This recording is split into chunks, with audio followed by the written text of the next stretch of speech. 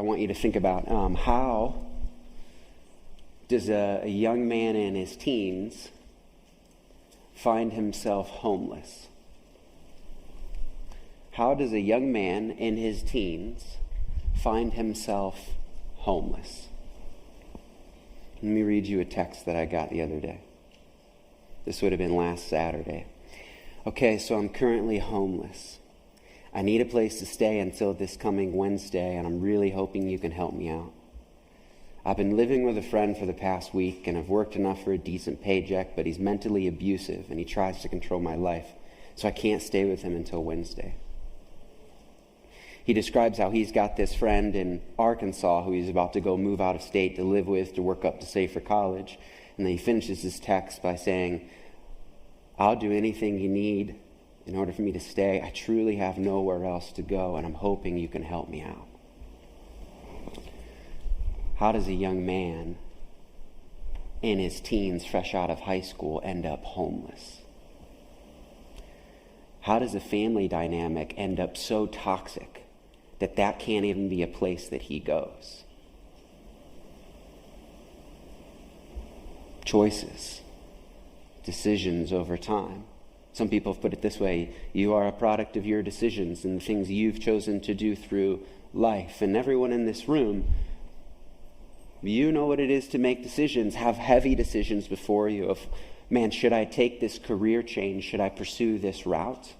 Should I invest into this person? Should I cut that relationship off? Should I start a new relationship? Should I get my kids involved in this thing? Or should I sell this or hold on to this? You guys know what it is to have to make decisions through life. And the reality comes to play that every one of us in this room needs a guide or a mentor. Every one of us in this room needs a guide or needs a mentor. And here we find ourselves at the book of Proverbs. And for context, as we jump into Proverbs 8, Proverbs 1 to 9 is a collection of speeches. And what Tim Mackey pointed out, they have an animation studio called the Bible Project, which I highly recommend. But he ends up pointing out how through these 9 speeches, there's 4 symbolic characters calling out to you. And who's the you? Well, it's referenced as a my son, or a child, or a youth. And the point is that just picture a youth on her way or his way into life's journey and fresh, ready to start. And that person, that youth, needs a mentor, needs a voice speaking in. And so what you're going to see in these 4 symbolic characters is you have the 2 on the left, and one is portrayed as this fatherly king trying to give his son advice. And he's partnering with Lady Wisdom, who's also a personification of God's wisdom, calling out to the young man as well. So you have them saying, hey, follow our voice, we'll be your guide and mentor, and we lead to life. But then you also have this contrasting couple. One of them is the wicked man. That's the one who's like, hey, come, let us wait for blood. And then you also heard last week Zach's teaching on Proverbs 7. That was Lady Folly's speech. This smooth talk, this attractive talk, and she's promising life, and everything looks good, but it ends up leading to death. And so do you see these 4 symbolic characters through these 9 chapters? Today we're covering Lady Wisdom's main call and speech to you in Proverbs 8. So that's what we're going to break down. It happens in 4 movements. You'll see up on the screen the framework that we're going to walk through. And it starts with an introduction, which is portrayed in the voice of that fatherly king, readying you to listen to Lady Wisdom. So you guys can read with me verses 1 to 3. You'll see it on the screen if you don't have your Bible with you. So it says, the fatherly king says, does not wisdom call, and does not understanding raise her voice? On the heights beside the way, at the crossroads she takes her stand. Besides the gates in front of the town, at the entrance of the portals, she cries aloud. And so what's this first introduction doing? If you take a look at some specific words, you'll kind of know, if I'm trying to listen to wisdom's voice, her call, where am I going to hear her? So that's what the Father is doing. And notice he mentions things like crossroads, gates, entrances to cities. Just picture what crossroads are. They're places where paths come together or paths separate, and you end up having to make a decision on which path you go. And then now picture entering into a city at the gates, specifically in Eastern cities, especially in this ancient Near Eastern context, that's the place where there would be a hub of marketplace activity, a bunch of decisions about buying and selling, and also it's the place where leaders would meet. You see that in the book of Ruth. So what's the point here? The fatherly a king is saying, look, hear wisdom's cry. Where is she going to cry? Where you need to make decisions. And here comes wisdom's speech, okay? So watch how she does this. Movement, part number 1. Here we go. Hear, for I will speak noble things, and from my lips will come what is right. For my mouth will utter truth. Wickedness is an abomination to my lips. All the words of my mouth are righteous, and there is nothing twisted or crooked in them. If there's a lot of voices calling out to you to say, come my way, how do you recognize wisdom's voice? What's the content of her speech? Goodness, truth, righteousness, uprightness. Oh, okay. Now I can help recognize her voice. Or you could just recognize what her voice doesn't sound like. Twisting of truth, crookedness, deception. She ends up saying, look, none of that in verse 8. There is nothing twisted or crooked in my speech. Nothing. So that's how you can recognize the voice, her voice amidst many. But also what she's going to do is give you, like a handout, a choice to make. She's not forcing your hand to take her. She's offering an invitation. Look what this says, next text, Zach. Take my instruction, in verse 10, instead of silver. Take it. Knowledge rather than choice gold. For wisdom is better than jewels, and all that you may desire cannot compare with it. Simply put, she's offering you to take her instead of taking all you could desire. You see that? She's offering you, take me instead of taking anything the world offers. It might be shiny, awesome, attractive, and everything you desire, I'm better. Take me instead. Okay, so first movement, we're tracking well. Let's jump to movement number 2, which is going to take place in verses 15 and 16, that we're honing in on. We can't cover all of the movement. But what wisdom is going to do is try to sell you on her. Has anyone ever been in a job interview before, or interviewed people to hire them?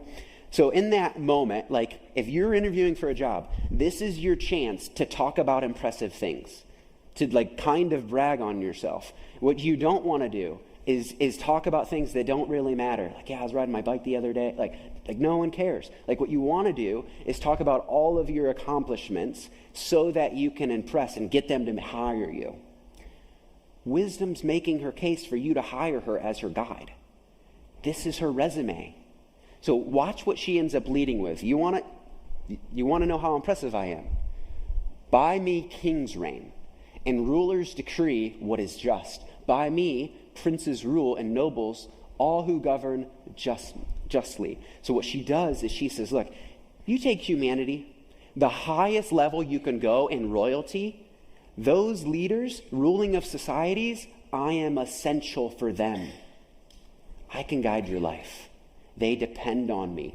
Now, a scholar named Michael V. Fox ends up saying, not all kings rule with wisdom. The point here is that for good rulership, wisdom is essential. So she's boosting her resume. And then what she's going to do is point out how rulers, go back, Zach, sorry.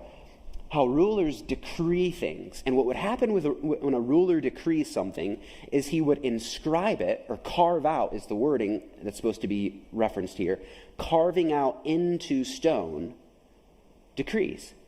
Why do rulers make decrees? Because there's a bunch of disorder around them that they got to lead. There's a bunch of injustice. So what wisdom is doing is carving into injustice and chaos order. Wisdom is carving order into chaos. Okay, now you can go, Zach.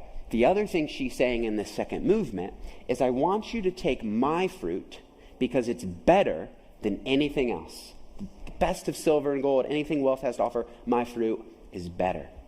All right, go to our summary so you can track with this. Part 2, you see her main 2 points. Let's read in part 3 in her final movement before her conclusion. If you want to amp up her resume, what can you go above ruling nations that she's essential for? How about creating the entire world? Look at this. Yahweh possessed me at the beginning of his work, the first of his acts of old. Ages ago, I was set up at the beginning, before the beginning of the earth. And she'll go on to describe this pre-creation state, and just picture before anything orderly happened, the Bible gives us this scene of this watery, chaotic wasteland, just amidst that it's a bunch of emptiness and nothingness that's described. So she describes the pre-creation state. I was there at the beginning. And then she'll go on to describe the creation of forming mountains, carving out boundaries, creating order and land and boundaries for the sea. She's just describing, hey, I was partnering with Yahweh in the creation of the universe, which includes you. How about that? Do you want me as your guide or not? You see her case? Now, you've heard Wisdom's 3 speeches, and overall, let me give you kind of a summary statement that I want you to think about. If Wisdom's ways, if she was a part of the way the universe was wired, if you decide to align yourself with her, you will align yourself with the grain and current of the universe, and you will reap the blessing of that. She's in the design. Of course you should listen to her, and it will lead to a lot of earthly blessing. Now pause. Is life all about making wise choices? Is that what you were put here for? Is it about making wise choices that lead you into living a good life with a nice family, and there's relatively decent order in that? Does the Bible put that forward as why you are here? No. But here's what's beautiful. If you thought that Wisdom's speech was awesome, just check out how the author is doing something even more to answer the question that I'm putting before you. Is life more than wise choices? Watch what he does with this literary design, okay? We walked through 3 movements. I'm going to show you how these movements are doing something even more than what they're like just calling you into earthly blessing. Watch how this is going to work. Look at part 3. Wisdom was there at the beginning. She helped carve order and create life and beauty. What is the author doing? He's using language that activates your mind to take you to another place in the Bible. Where's your mind going? At the beginning. Genesis 1 and 2. Let's read it together. In the beginning, God created the heavens and the earth. The earth was without form and void, and darkness was over the face of the deep. Pre-creation state, disorderly, watery wasteland, abyss. And who is there? The Spirit of God hovering over the waters, about to bring order, about to carve order into chaos. Okay, so my mind in this movement has already imageries put me back into Genesis 1. Let's keep moving with these movements. So watch part 2. This idea of a king ruling and this idea of fruit. Oh, that's also why was I put here? Let us make man in our image. Zach, you can actually go to that slide. And God blessed them, and he said, be fruitful and multiply and fill the earth and subdue it. Have dominion. When God says, let us make man in our image, he's saying, I want them to express my rule and reign, have dominion over everything. They will be rulers partnering with me over creation. That's why you were made, okay? And so he uses this language of rulership. But also, going on, you can go back to the movement, this idea of fruit and yield is mentioned in Wisdom's speech. And even in Proverbs 3:18, wisdom is described as a tree of life. Again, where's your mind going? It's back to the garden. And what I love is watch how clear this becomes in this first movement. Where can you think of a place where a decision is being made in the presence of goodness and God's design, when God speaks and it was good and it was good and it was good and the whole thing is full of blessing and goodness and God's voice and his design? If you eat of this tree, life. You eat of this other tree, you will surely die. That's just my design. Why did I give you commands? to draw your attention to my design, because I want you to live in a life of flourishing. This is my design. I'm calling you into it. But in the same place of decision point and goodness, there's also this crooked, twisted voice going on in the garden. Do you see that? Let's read it. Genesis 3. But the serpent said to the woman, "You will not surely die." That seems to twist and counteract the true voice that they've been hearing in the garden, that Adam and Eve have heard. For God knows that when you eat of it, your eyes will be opened and you will be like God, knowing good and evil. Now watch this. So when the woman saw that the tree was good for food, and that it was a delight to the eyes, and that the tree was desired to make one wise. This is sounding a lot like Lady Folly. Attractive. Come on, follow your desires. Go after what looks good. Don't think about the consequences. Desired, and then she took. Zach, go back to our main overview. All of these things are activating. They're pulling you back into the garden, because in the garden is where you are represented, according to Proverbs 8, with the same decision that Adam and Eve had to make. You are sons and daughters of Adam and Eve further down the road, but you're presented with the same decision. Will you listen to the voice of Yahweh, or will you listen to another voice? Now, what are we saying here? My point to you is that there is a difference between obeying and following the grain of wisdom and getting earthly blessing, which you're made for earthly blessing and morality, but you were made for something so much more. You were made for garden life. Here's an illustration. If wisdom is the current, like a river flowing, you can dip your toe in it. Like, you can operate in its wisdom and design, and you'll experience good stuff. But that's not her ultimate destination.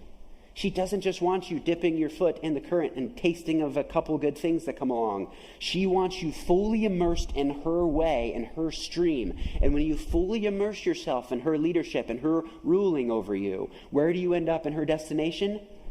In the garden, in the presence of God.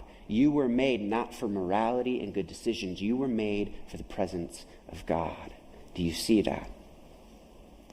There's a story the other day. Something happened the other day. A story that came to my mind was Tay and I took Will to a park over by Sacred Heart. And we're just hanging out there with him. And there's this other dad and his two kids that end up coming. And so they're all playing together, our kids are, and me and this gentleman end up in a conversation about life and stuff. And he ends up describing that he's from Canada. Him and his wife were living in China, and this life event happened to where he ends up moving back to Ohio. And as he's sharing with me, he ends up describing it like this big life event happened. And then he shares, well, what the life event was when his daughter was born. She's growing up. But then all of a sudden, he ends up getting news that his father had died of this out-of-the-blue heart attack. And you could hear or just feel in his voice as tears started to kind of well up, as he described how distraught he was that his dad never met his daughter. And there were two tragedies going on as I listened to this. The first was just that is such a tragic thing that his dad missed out on meeting in person his daughter. And then I thought about it a little more. And I'm like, wait a sec, was his dad put on this earth with the whole purpose of just getting to meet his granddaughter? Was that the culmination of this man's existence? Or was he made for something much more? He was made for the presence of God. He wasn't made to get the good things and stop at the gifts. All of the goodness of family and relationship and a granddaughter, all of those are good gifts pointing you, screaming, keep going back all the way, follow the stream the whole way, all the way back to the giver. Because you were made for the presence of God. You were made for garden life. Do you see this? It's a tragedy if you end up finding wisdom as a mentor and you just treat her like your toes in the water and you never follow her fully to her destination. You with me? So I gotta fast forward. If you were to think about the idea of wisdom's voice calling out to you, a voice calling you into a certain way of life, does it really stop in the Old Testament? Or when you get to the New Testament, do you start to hear another voice calling? Watch how this is going to work. Now, I don't have it on the screen, so Zach, you can just go to like a blank slide or something. I want you to picture how Jesus gets introduced in the New Testament. Do you remember John's introduction in his gospel? How does it start? In the beginning was the Word, and the Word was with God, and the Word was God. Describes all things were made by him, and without him was not anything made. Do you see the really associated connection between the call of wisdom and Jesus at the beginning? So we hear already that Jesus is really associated with wisdom. And what are Jesus' credentials? If the earthly king says like, hey, listen, like, hear wisdom's voice, what does the heavenly Father say about this man named Jesus? What is his view of Jesus? If you were to think of what is Jesus' resume? Well, one, he was with God at the beginning, and he is the way in which all things were made. Okay, like that's pretty weighty. But what does the Father say about him? Not going to be on the screen. Do you remember Jesus' baptism? Jesus into the water, comes out of the water. Immediately the Spirit descends on the scene, rests on Jesus. The heavens open up, and a voice comes, and the voice says, "This is my beloved Son, in whom I'm well pleased." So I know what the Father says of Jesus, that he takes delight in Jesus. He's well pleased with him. What else does the Father say? Go to the Mount of Transfiguration. The same voice comes from heaven, and it says, "This is my beloved Son." Again, listen to him. So the fatherly king's telling you to listen to wisdom, and then the heavenly Father is screaming from the heavens, "Listen to my Son." And then you hear Jesus talk, and he ends up describing things like, hey, you want to get back to the Father? I'm the way, the truth, and the life. No one comes to the Father but through me. You want to end up in Eden again? Come through me. Do you want life? I'm the door. A sheep come in through me and find pasture. They find garden life through me. And later in that same text in John 10, I've come so that you would have life, and so that you would have life to the full. He's describing garden life. Now, what is Jesus' destination? If wisdom has a destination she's pulling to, Jesus comes and he's screaming the same call, but in the fuller sense, he's calling you to the same destination wisdom wants you. What's the destination? It's less of a place and more of a person. The call of Jesus is a call to come into relationship and be with a person. Relationship with him will be garden life. Now. Also later, but right now. And specifically, I kind of want to move into what is Jesus' actual call for you. Watch how this works in Luke 9. And Jesus said to all, "If anyone would come after me, let him deny himself." If you want me, deny yourself and take up his cross daily and follow me. For whoever would save his life would lose it, but whoever loses his life for my sake will save it. For what does it profit a man to gain the whole world if he loses and forfeits himself, if he loses his own soul?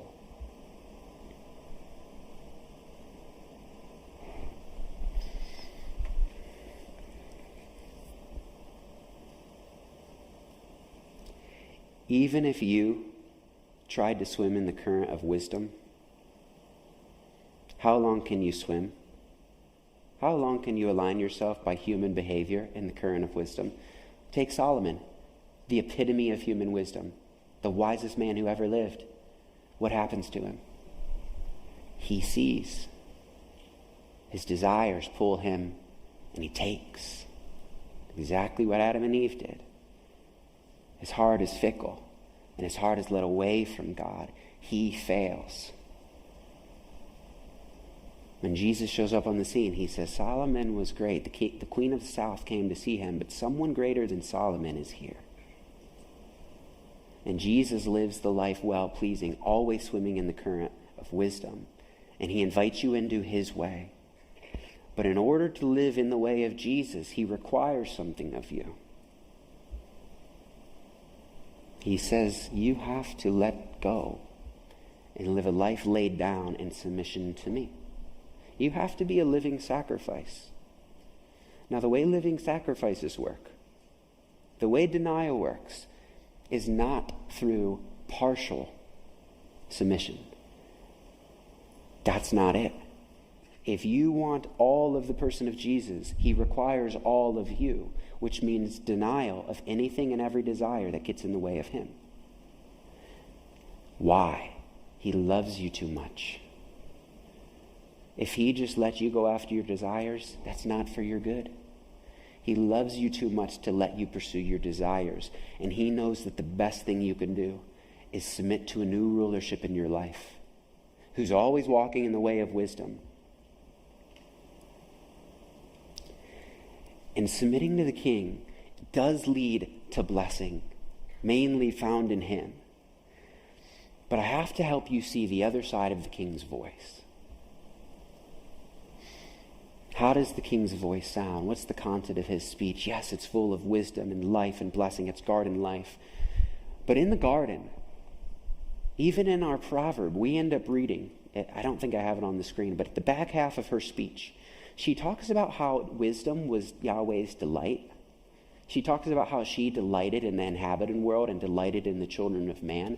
In the picture in the garden, you see moments of laughter and joy. Now watch this. And when he's walking on this earth, he ends up having a woman brought to him. Do you remember this story? Possibly dragged by her hair, thrown at Jesus' feet, and says, we caught her. Even to the ones who'd fallen prey to Lady Folly's voice, just like this woman who committed adultery, we caught her. Doesn't the law say stone her? And Jesus, man, his voice. Well, let the one who's never sinned cast the first stone. The stones drop, drop, drop, and they all walk away. It's just Jesus and the woman, and he turns to her and he says, where are your accusers? Then neither do I condemn you. Go and sin no more. You see, the voice of Jesus is not just truth, but it is a voice of mercy. It is a voice of forgiveness. And no matter if you've made decisions and went after desires that have cost you points of your life, there is no place you will ever come that the voice of mercy can't restore you and bring you back to the intimacy he wants with you, to the friendship, to the garden life he wants with you. And I think the Spirit has been doing a lot within our community, specifically our student community, and this idea of how the Father views us, how Jesus views us. And there's a cool story. I was talking with one of our young adults, and he's been walking through a really hard journey of a lot of spiritual warfare, a lot of psychological problems, physiological problems. And he's been walking through this journey. And he ends up describing to me how God has spoken to him and revealed something that he'd never found worth in understanding who he was. And yet, as he ends up looking at MRI images of brain scans in a 2D way, he ends up finding this modeling software that allows him to see in a 3D fashion his own brain. And through that, God shows him how intricately woven he is and how much he matters. And the voice of Yahweh sings over him, "You are a son in whom I'm well pleased, and I delight in you." A voice of mercy, a voice of delight. Who is this king singing over you? Listen to the words of Zephaniah. Band, I know that was your cue. You don't have to come up yet. I'll give you another cue. We're not there yet. Listen to the words of Zephaniah. If you want to hear, what does the Father say of me? What does Jesus say to the woman who failed to make the right decisions? But it doesn't matter, because Jesus did live the life that he offers to you to now become a son of his, a daughter of his, fully pleasing to him. And what does the voice of God sing over you? The Lord your God is in your midst, a mighty one who will save. He will rejoice over you with gladness, and he will quiet you with his love. He will exalt over you with loud singing.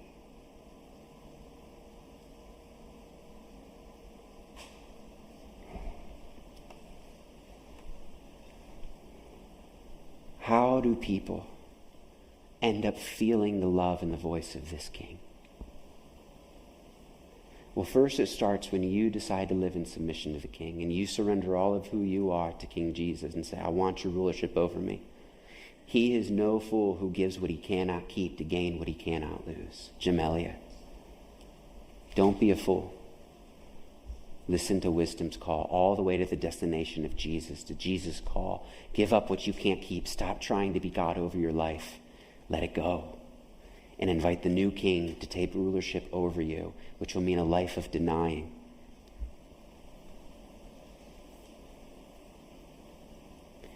And as you step into that in a life of surrender and say, "Jesus, become my king," what's going to happen in you is you will start walking fully in the way of wisdom through a new guide. Because when Jesus leaves, he says, "Look, it's to your advantage that I go." Because who's coming? The helper. The one at the very beginning who was carving order into chaos, who can move into your life and start carving order into chaos. The helper, the Holy Spirit. Jesus says when he comes, he will guide you. He'll be your mentor, your guide. He will guide you in all truth. He's going to tell you what I have to say. Life is about relationship with me. He's my voice. Listen to him. That's Paul's language in the New Testament. You can follow the desires of the flesh and you will reap corruption, or you can follow the Spirit's voice and you will reap life. Do you see this? So what does this practically look like? I kind of want to end with this. What does this practically look like? Well, when the king's sons and daughters start living in submission to the king, his love in radical and ordinary ways starts popping on the scene. Do you remember the young man who texted me? "I'm homeless. I need a place to stay." I ended up texting a couple of our students, and one of them was Caden, and I said, "Hey, let's radically love this boy. Let's show him the love of Jesus. Let's do this." And through conversations and our desires, like, let's just bring Trent into our life. He'll just do life with us. And the Works is a family in our church, and they end up saying, "Yeah, we'll host him. He can live with us." And they provide a space for him, and he ends up being in conversations with us, a part of our community, and living what it is to be in the current of God's body. And what effect did that have on that young man who was in a toxic relationship with his family? Hatred, harboring, unforgiveness, both parties probably at wrong. Living in a toxic relationship with his family, homeless. Let me read you the text as he ends up going out to Arkansas. Something happened while he was in the community of God's people. He ends up hearing a different kind of way of life, a different voice. Here's the text on his bus ride to Memphis on his way to Arkansas. "I met this Venezuelan guy on the bus to Memphis. I'm still on the bus at this current moment. He barely spoke English, so we had to talk through my translator app. His name is Isaac. But we got to talk about a lot of things. We end up on the subject of God and Jesus. And Isaac reminded me that Jesus is about forgiveness, and that I should forgive the people from my past. And he says, he sent a text to his parents, and he says, I know I played a part in everything, but I want to say I forgive you guys for everything.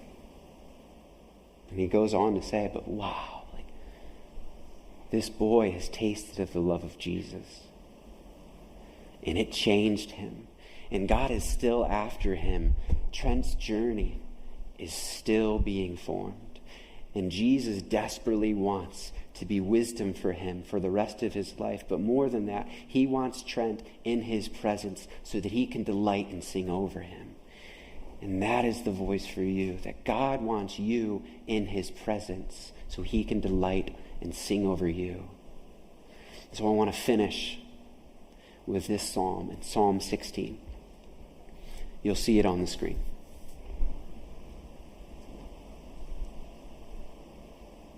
I say to Yahweh, you are my Lord.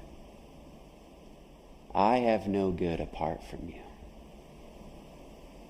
Right there, the recognition that I am not going to be king of my life. I want Jesus, Yahweh, you're the king now. And I recognize that all other desires are no good. There's nothing good apart from you. So, I bless the Lord who gives me counsel. He's the one who's instructing my life now. I follow his leadership. Verse 8, I have set him always before me. He is close to me. Yahweh is at hand. Next verse. Therefore, my heart is glad, and my whole being rejoices. What the Spirit has been doing in our community is changing us from a place where we used to live in fear of man and what people will think, but he's bringing us into pastures of running in the rain and running in freedom, listening to the voice of God, delighting in his intimate ways and his intimate friendship, dancing to his voice that he sings over us. Because in his presence, you'll see in the next verse, in his paths, in his presence, listen to this. You make known to me the path of life. In your presence is where fullness of joy is, where delight is. And at your right hand are pleasures forevermore. And what Jesus has invited you into is a life laid down. Because the life laid down, the life of surrender, leads into the life of delight in both directions. If you want to live a life worth something, live a life moving the heart of God, making him sprout with joy the way that he sang over Jesus at his baptism. This is my beloved son. I'm so pleased by him. This is my daughter. I'm so pleased by her. That's what you were made for. That's garden life. Will you hear his voice? And will you surrender to it? Will you follow? Let me pray for us. Let me just give you space to think and respond to the voice, possibly speaking to you. The band can come up.